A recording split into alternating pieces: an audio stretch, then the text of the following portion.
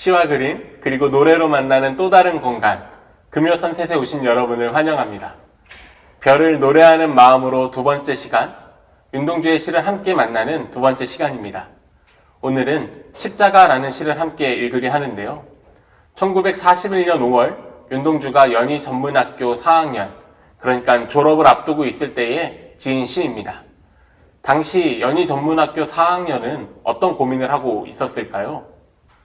오늘 우리가 고민하는 취업과 진로, 또 내일에 대한 염려가 함께 담겨져 있을까요? 다 알 수는 없지만 당시 그의 시들을 읽어볼 때 23 윤동주에게도 어떻게 살아가야 할지는 끝없는 고민을 이어가게 하던 질문이었던 것 같습니다. 게다가 당시는 중국과 일본의 전쟁이 확대되어 가고 있었고요. 태평양 전쟁이 준비되고 있던 때이기에 더 혼란스러운 날들이었을 것입니다. 졸업을 앞둔 해 5월, 윤동주의 시 십자가입니다. 십자가. 쫓아오던 햇빛인데 지금 교회당 꼭대기 십자가에 걸렸습니다. 첨탑이 저렇게도 높은데 어떻게 올라갈 수 있을까요? 종소리도 들려오지 않는데 휘파람이나 불며 서성거리다가 괴로웠던 사나이 행복한 예수 그리스도에게처럼 십자가가 허락된다면 모가지를 들이우고 꽃처럼 피어나는 피를 어두워가는 하늘 밑에 조용히 흘리겠습니다. 윤동주의 집은 북간도 용정에 위치한 명동마을이었습니다.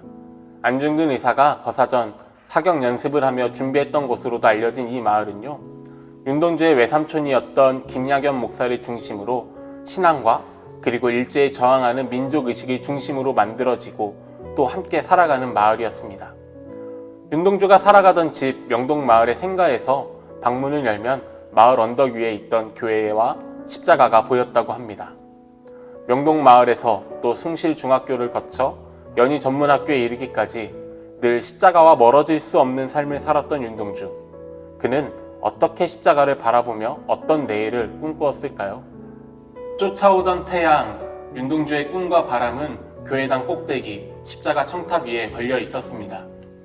윤동주가 바라보고 꿈꾸던 태양은 어떤 모습일지 정확히 알 수는 없지만 그가 바라본 태양은 십자가에 걸려 있고 그가 바라본 십자가는 첨탑의 높이를 넘어 어떻게 올라갈 수 있을까요? 자문할 만큼 높고 어쩌면 외면하고 싶은 어려운 길이었던 것 같습니다.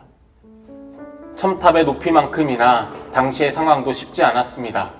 앞서서 말씀드린 국제적 혼란뿐 아니라 41년 3월 조선어는 교육과정에서 완전히 사라졌고 그를 가르치던 최연배 교수는 학교에서 파면당하였습니다. 뿐만 아니라 어둠이 어둠인 줄 모르고 점점 더 까마득한 하루를 살아내던 그때에 빛으로 존재해야 할 한국교회는 신사참배를 결정하며 종소리도 들려오지 않는 까마득한 어둠으로 들어가고 있었습니다. 종소리가 들려오지 않는다는 것은 당시 기독교인들이 또 교회가 시대적 역할을 감당해내지 못한다는 상징적인 의미뿐만 아니라 실제로 교회의 종이 사라졌다는 사실도 담겨져 있습니다. 윤동주가 쓴 육필원고에는 이 시를 기록한 5월 이후 11월경에 사용한 펜으로 종소리도 들려오지 않는데 라는 문장을 삽입했습니다. 당시 1941년 10월경 조선교회의 보고서에 따르면 교회는 자발적으로 교회 종을 떼어 바쳤다는 보고가 있습니다. 뿐만 아니라 철문과 철책, 종을 헌납하고 이듬해인 1942년에는 조선 장로호라는 이름이 붙은 전투기와 또 기관총의 구입비도 헌납하였습니다. 정말 종소리도 들려오지 않는 끔찍한 상황이었죠.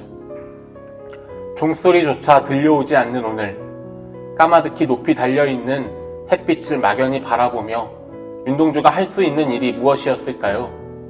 그는 휘파람이나 불며 서성거리다가 라고 기록했습니다. 감당하지 못할 첨탑의 높이와 까마득히 멀리 있는 햇빛을 바라보는 괴로움 속에서 그는 괴로움을 행복으로 여긴 한 사람을 기억해냅니다. 괴로웠던 사나이, 행복한 예수 그리스도에게처럼. 지난 시간 팔복을 함께 읽으며 소개해드렸던 이 문장에는 괴로움에도 행복할 수 있었던 예수 그리스도가 담겨져 있습니다. 예수, 인간이었기에 모든 괴로움을 느낄 수밖에 없던 그가 그리스도로서 괴로움에 빠진 자들과 함께할 수 있기에 가능했던 행복. 윤동주는 오를 수 없는, 어쩌면 오르고 싶지 않은 청탑 위의 십자가와 햇빛을 바라보며 괴로운 자들과 함께 괴로워함으로 행복했던 예수를 떠올립니다. 그리고 그와 같이 또 그처럼 다시 어엿하고 기꺼이 어두워가는 하늘 밑에 자신의 목을 내밀 용기를 다짐합니다. 예수를 따라 예수처럼 살아가는 그의 다짐은 어떤 다짐이었을까요? 십자가를 지은 그날 함께 지은 눈 감고 간다라는 제목의 시가 있습니다.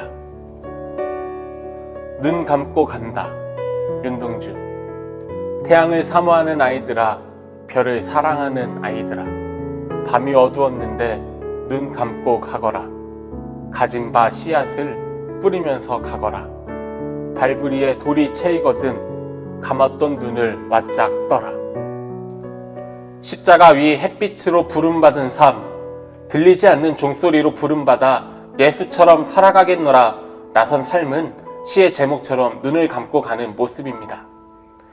태양을 사모하고 별을 사랑하는 삶, 예수 그리스도의 걸음을 따라 나서는 삶은 여전히 잔혹하고 여전히 처참하며 어두운 밤인 오늘 눈을 감고 걸어가는 삶입니다.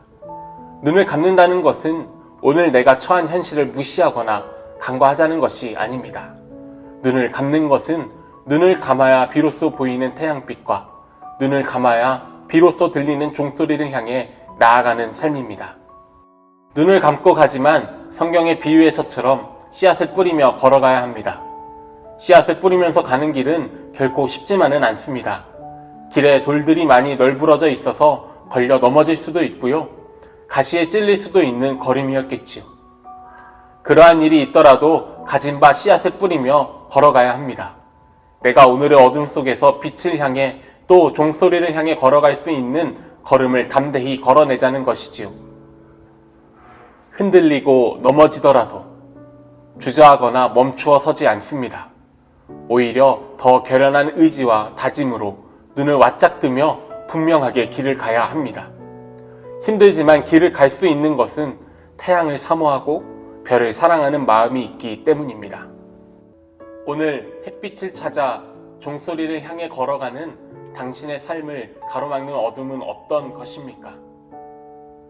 가끔 명동마을에 비바람이 불거나 큰 천둥 소리에 어린 동생이 무서워할 때면 윤동주는 어린 동생 윤혜원에게 이렇게 이야기했다고 합니다. 저기 교회 십자가가 있는데 뭐가 무서워? 고된 하루살이에도 별을 노래하고 사랑하는 마음으로 버텨낸 한 주간의 삶. 보이지 않는 햇빛과 들리지 않는 종소리를 향해 한 걸음을 내디딘 오늘. 비록 비틀거리며 더딜지라도 가진 바 씨앗을 뿌리며 사랑하는 당신.